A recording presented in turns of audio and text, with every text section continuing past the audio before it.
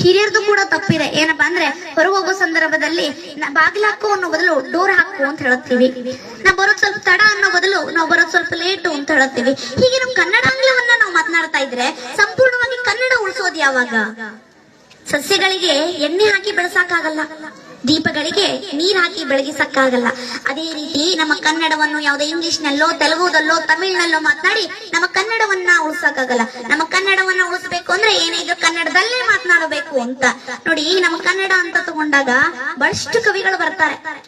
ಕವಿಗಳು ಅಂತ ತಗೊಂಡಾಗ ಪಂಪ ತಗೊಳ್ಳಿ, ರನ್ನ ತಗೊಳ್ಳಿ, ಜನ್ನ ತಗೊಳ್ಳಿ, ಎಲ್ಲರೂ ಬರ್ತಾರೆ.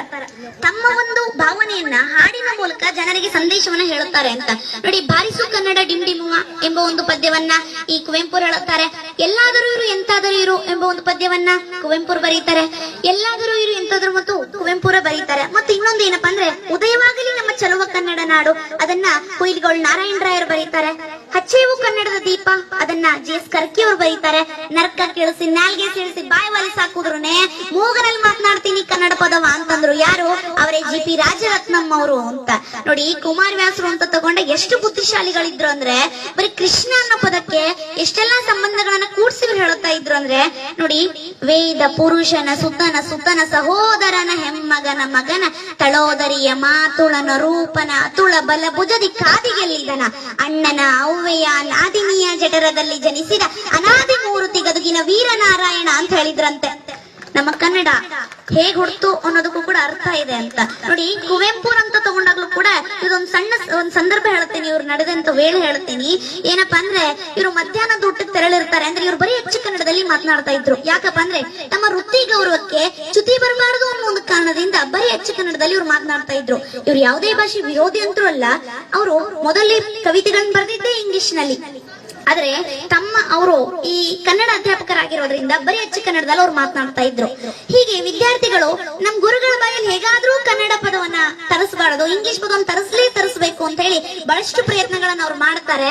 ಅವಾಗ ಯಾವುದೇ ಪ್ರಯತ್ನ ಕೂಡ ಯಶಸ್ವಿ ಆಗಿರಲ್ಲ.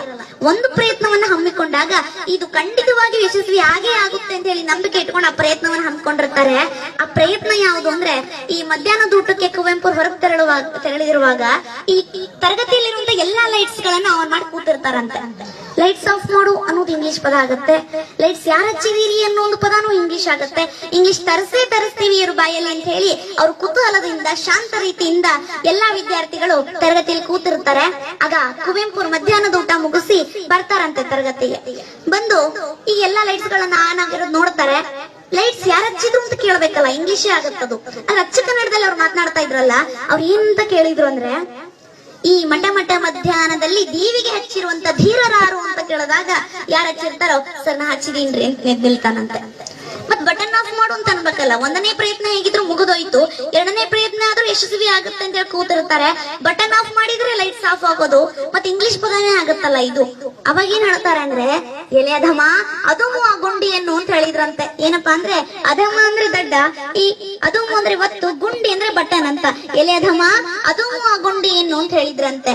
ಅವಾಗ ವಿದ್ಯಾರ್ಥಿಗಳಿಗೆ ಅನ್ಸುತ್ತೆ ನಮ್ ಗುರುಗಳೇ ಕನ್ನಡದ ಮೇಲೆ ಇಷ್ಟ ಅಭಿಮಾನ ಪಡುವಾಗ ನಾವ್ಯಾಕ್ರಿ ಸುಮ್ಬಿಡ್ಬೇಕು, ನಾವು ಕೂಡ ಕನ್ನಡವನ್ನ ಮಾತನಾಡೋಣ ಅಂತ ಹೇಳಿ ಅವರು ಕೂಡ ಕನ್ನಡವನ್ನ ಮಾತನಾಡ್ಲಿಕ್ಕೆ ಶುರು ಮಾಡಿದ್ರು ಅಂತ. ಇದು ನಮ್ಮ ಕನ್ನಡ ಭಾಷೆಗೆ ಒಂದು ಶ್ರೀಮಂತಿಕೆ ಅಂತ ನೋಡಿ. ಈ ಇಂಗ್ಲಿಷ್ ಹುಟ್ಟಿದ್ದು ಸಂಸ್ಕೃತ ಭಾಷೆಯಿಂದಲೇ ಅಂತ ಹೇಳಬಹುದು.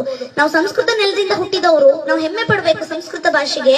ನೋಡಿ, ನಾವು ಸಂಸ್ಕೃತದಲ್ಲಿ ಅಣ್ಣನಿಗೆ ಏನಂತ ಕರಿತೀವಿ? ಭ್ರಾತೃ ಅಂತ ಕರಿತೀವಿ. ಅದು ಇಂಗ್ಲಿಷ್ ನಲ್ಲಿ ಬ್ರದರ್ ಅಂತ ಆಯ್ತು. ನಾವು ಮಾತೃಗೆ ನಮ್ ತಾಯಿಗೆ ಮಾತೃ ಅಂತ ಕರೆದ್ರೆ ಅದು ಇಂಗ್ಲಿಷ್ ನಲ್ಲಿ ಮದರ್ ಅಂತ ಆಗುತ್ತೆ. ತಂದೆಗೆ ಪಿತೃ ಅಂತ ಕರೆದ್ರೆ ಅದು ಇಂಗ್ಲಿಷ್ ನಲ್ಲಿ ಫಾದರ್ ಅಂತ ಆಯ್ತು ಅಂತ. ಬರೀ ಸಂಬಂಧಗಳಷ್ಟೇ ಅಲ್ಲ, ವಾರಗಳಂತ ತಗೊಂಡಾಗ್ಲೂ ಕೂಡ ನಮ್ಮ ಪೂರ್ವಿಕರು ಮೊದಲೇ ದಿನವನ್ನ ಸೂರ್ಯನಿಗೋಸ್ಕರ ಇಡೋಣ, ಇಡೀ ಜಗತ್ತಿಗೆ ಬೆಳಕೊಡೋನು ಸೂರ್ಯ, ಸೂರ್ಯನಿಗೋಸ್ಕರ ಮೊದಲ ದಿನವನ್ನ ಇಡೋಣ ಅಂತಂದಾಗ ರವಿ ಅಂದ್ರೆ ಸೂರ್ಯ ಅಂದ್ರೆ ರವಿವಾರ ಅಂತ ಇಡೋಣ ಅಂತ ಹೇಳಿ ಸೂರ್ಯನಿಗೋಸ್ಕರ ಮೊದಲ ದಿನವನ್ನ ಇಟ್ರು. ಅದೇ ಇಂಗ್ಲಿಷ್ ನವರು ಸಂಡೇ ಅಂತ ಮಾಡಿದ್ರು. ಸಂಡೇ ಅಂತ ಕರಿತೀವಿ ರವಿವಾರಕ್ಕೆ. ಎರಡನೇ ದಿನ ಸೋಮವಾರ ಅಂತ. ನಮ್ಮ ಪೂರ್ವಿಕರು ಸೂರ್ಯನನ್ನ ಬಿಟ್ರೆ ಇಡೀ ಜಗತ್ತಿಗೆ ಅತಿ ಹೆಚ್ಚು ಬೆಳಕೊಡೋನು ಚಂದ್ರ, ಚಂದ್ರ ಅಂದ್ರೆ ಸೋಮ. ಎರಡನೇ ದಿನವನ್ನ ಅವನಿಗೋಸ್ಕರ ಇಡೋಣ ಅಂತ ಹೇಳಿ ಸೋಮವಾರ ಅಂತ ಇಟ್ರು. ಅದು ಇಂಗ್ಲಿಷ್ ನಲ್ಲಿ ಮೂನ್ ಡೇ ಅಂತ ಇಟ್ರೆ ಈ ಸಂಸ್ಕೃತವ್ರು ನೋಡಿ ಕನ್ನಡದವ್ರು ನೋಡಿ ಕಾಪಿ ಹೊಡೆದಿದೀವಿ ಅಂತ ಗೊತ್ತಾಗತ್ತೆ. ಅದಕ್ಕೋಸ್ಕರ ಒಂದ್ 0 ತೆಗೀರಿ, ಮಂಡೇ ಅಂತ ಇಡ್ರಿ ಅಂತ ಮಂಡೇ ಅಂತ ಇಟ್ರು ಅಂತ. ಇದು ನಮ್ಮ ಕನ್ನಡ ಭಾಷೆಗಿರುವಂತ ವೈಶಿಷ್ಟ್ಯ ಅಂತ ನೋಡಿ. ಇದಷ್ಟೇ ಅಲ್ಲ, ನಾವು ಶತಂಬರ ಅಂತ ಕರೆದ್ರೆ ಇಂಗ್ಲಿಷ್ ನಲ್ಲಿ ಸೆಪ್ಟೆಂಬರ್ ನವೆಂಬರ್ ಅಂತ ಕರೀತಾರೆ. ನವೆಂಬರ ಅಂತ ಕರೆದ್ರೆ ನವೆಂಬರ್ ಅಂತ ಕರೀತಾರೆ. ನಾವು ದಶಂಬರ ಅಂತ ಸಂಸ್ಕೃತದಲ್ಲಿ ಕರೆದ್ರೆ ಅದು ಇಂಗ್ಲಿಷ್ ನಲ್ಲಿ ಡಿಸೆಂಬರ್ ಅಂತ ಕರೀತಾರೆ ಅಂತ.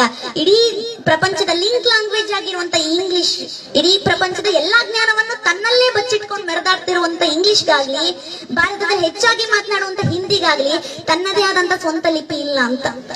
ಇಂಗ್ಲಿಷು ಲ್ಯಾಟಿನ್ ಲಿಪಿಯನ್ನ ಬಳಸ್ಕೊಂಡು ಬರೆದ್ರೆ, ಹಿಂದಿ ದೇವನಾಗರಿ ಲಿಪಿಯನ್ನ ಬಳಸ್ಕೊಂಡು ಬರೀತಾರೆ. ಆದ್ರೆ ನಮ್ಮ ಕನ್ನಡ ಇದೆಲ್ಲದರ ನಡುವೆ ತನ್ನದೇ ಆದಂತ ಸ್ವಂತ ಲಿಪಿಯನ್ನಿಟ್ಟು ಅಗ್ರಪಂಕ್ತಿಯಲ್ಲಿ ನಿಲ್ಲುತ್ತಲ್ಲ, ಇದು ನಮ್ಮ ಕನ್ನಡದ ವೈಶಿಷ್ಟ್ಯ ಅಂತ. ಕನ್ನಡ ಒಂದು ಅಕ್ಷರ ಹುಟ್ಟಬೇಕು ಅಂದ್ರೂ ಅದರಿಂದ ದೊಡ್ಡ ನಿಯಮ ಇದೆ ಅಂತ. ಹೊಟ್ಟೆಯಿಂದ ಏನು ಉಸಿರು ಹೊರಗಾಗ್ತೀವಲ್ಲ ಆಗ್ಲೇ ಅಕ್ಷರಗಳು ಹುಟ್ಟುತ್ತವೆ. ಅ ಆ ಇ ಈ ಊರು ಎ ಎ ಐ ಒ ಓ ಔ ಅಂತ ಹೇಳ್ಬೇಕಾದಾಗ ನಮ್ಮ ಹೊಟ್ಟೆಯಲ್ಲಿರೋ ಉಸಿರನ್ನ ಹೊರಗೆ ಹಾಕುವಾಗ ತಡೆಯುವಂತ ಯಾವುದೇ ರೀತಿ ವ್ಯವಸ್ಥೆ ಇರೋಲ್ಲ. ಸುಮ್ನೆ ಹೊರಗೆ ಬಂದ್ಬಿಟ್ರೆ ಸಹಜವಾಗಿ ಸ್ವರ ನಿರ್ಮಾಣ ಆಗುತ್ತೆ ಅಂತ. ಎರಡನೇದಾಗಿ ಬರುತ್ತೆ ವ್ಯಂಜನಾಕ್ಷರಗಳು. ಕ ಕ ಗ ಗ ಂಗ ಅಂತ ಹೇಳುವಾಗ ಹೊಟ್ಟೆಯಲ್ಲಿರೋ ಉಸಿರನ್ನ ಕಂಠದ ಆಳದಲ್ಲಿ ತಡೆ ಹಿಡಿತೀವಿ, ಕ ಕ ಗ ಗ ಂಗ ಆಗುತ್ತೆ. ನಾಲ್ಗೆ ತುದಿಯನ್ನ ಮುಂಭಾಗಕ್ಕೆ ಎತ್ತಿ ಅಲ್ಲೇನಾದ್ರೂ ಉಸಿರು ತಡೆ ಹಿಡಿದು ಹೇಳಿದ್ರೆ ಚ ಚ ಜ ಜ ಜ್ಞ ಆಗುತ್ತೆ. ನಾಲ್ಗೆಯನ್ನ ಹೊಳಿಸಿ ತುದಿಯ ಒಳಭಾಗಕ್ಕೆ ಹೊಡೆದು ಅಲ್ಲೇನಾದ್ರೂ ಉಸಿರು ತಡೆ ಹಿಡಿದು ಹೇಳಿದ್ರೆ ಟ ಟ ಡ ಡ ಣ ಆಗುತ್ತೆ. ನಾಲ್ಗೆನ್ನ ಹಲ್ಲಿಗೆ ಒತ್ತಿ ಅಲ್ಲೇನಾದ್ರೂ ಉಸಿರು ತಡೆ ಹಿಡಿದು ಹೇಳಿದ್ರೆ ತ ತ ದ ದ ನ ಆಗುತ್ತೆ. ಹೊಟ್ಟೆಯಲ್ಲಿರೋ ಉಸಿರನ್ನ ಹೊರಗೆ ಹಾಕುವಾಗ ಎರಡು ತುಟಿಗಳು ಅಡೆತಡೆ ಮಾಡಿದ್ರೆ ಪ ಪ ಪ ಪ ಮ ಆಗುತ್ತೆ ಅಂತ. ಎಷ್ಟು ವೈಜ್ಞಾನಿಕ ಅಂತ. ಕಂಠದ ಆಳದಿಂದ ಶುರು ಮಾಡಿ ತುಟಿಯವರೆಗೂ ಗಾಳಿಯನ್ನ ತಡೆಯೋ ಒಂದೊಂದು ಜಾಗದ ಮೂಲಕ 5 ಅಕ್ಷರಗಳೇನು ಹುಟ್ಟುತ್ತಾವಲ್ಲ, ಅದು ನಮ್ಮ ಕನ್ನಡದ ವೈಶಿಷ್ಟ್ಯ ಅಂತ. ಓದಿದ್ದನ್ನ ಬರೆಯುವಂತಹ, ಬರೆದಿದ್ದನ್ನ ಓದುವಂತಹ, ಮಾತನಾಡಿದ್ದನ್ನ ಬರೆಯುವಂತ ಸಾಮರ್ಥ್ಯ ಇರೋ ಭಾಷೆ ನಮ್ಮದು. ಅದು ಕೆಲವು ಭಾಷೆಗೆ ಮಾತ್ರ ಇದೆ ಅಂತ. ಕನ್ನಡ ನನ್ನ ಮನಸ್ಸು, ಕನ್ನಡ ನನ್ನ ಕನಸು, ಕನ್ನಡವೇ ನನ್ನ ಹೆಮ್ಮೆಯ ಸೊಗಸು, ಕನ್ನಡಿಗರ ಬಾಯಲ್ಲಿ ಕನ್ನಡ ಇಲ್ಲದೆ ಹೋದ್ರೆ ನನಗೆ ಮುನಿಸು ಅಂತ ಹೇಳುತ್ತಾ ನನ್ನ ಒಂದು ಮಾತುಗಳನ್ನ ಮುಗಿಸ್ತೇನೆ. ನಾವು ಮಾತನಾಡಲಿಕ್ಕೆ ಅವಕಾಶ ಮಾಡಿಕೊಟ್ಟಂತ ತಮ್ಮೆಲ್ಲರಿಗೂ ಧನ್ಯವಾದಗಳು. ಚಿಕ್ಕವಳು ಎಲ್ಲಾದ್ರೂ ತಪ್ಪಿದ್ರೆ ಕ್ಷಮಿಸಿ.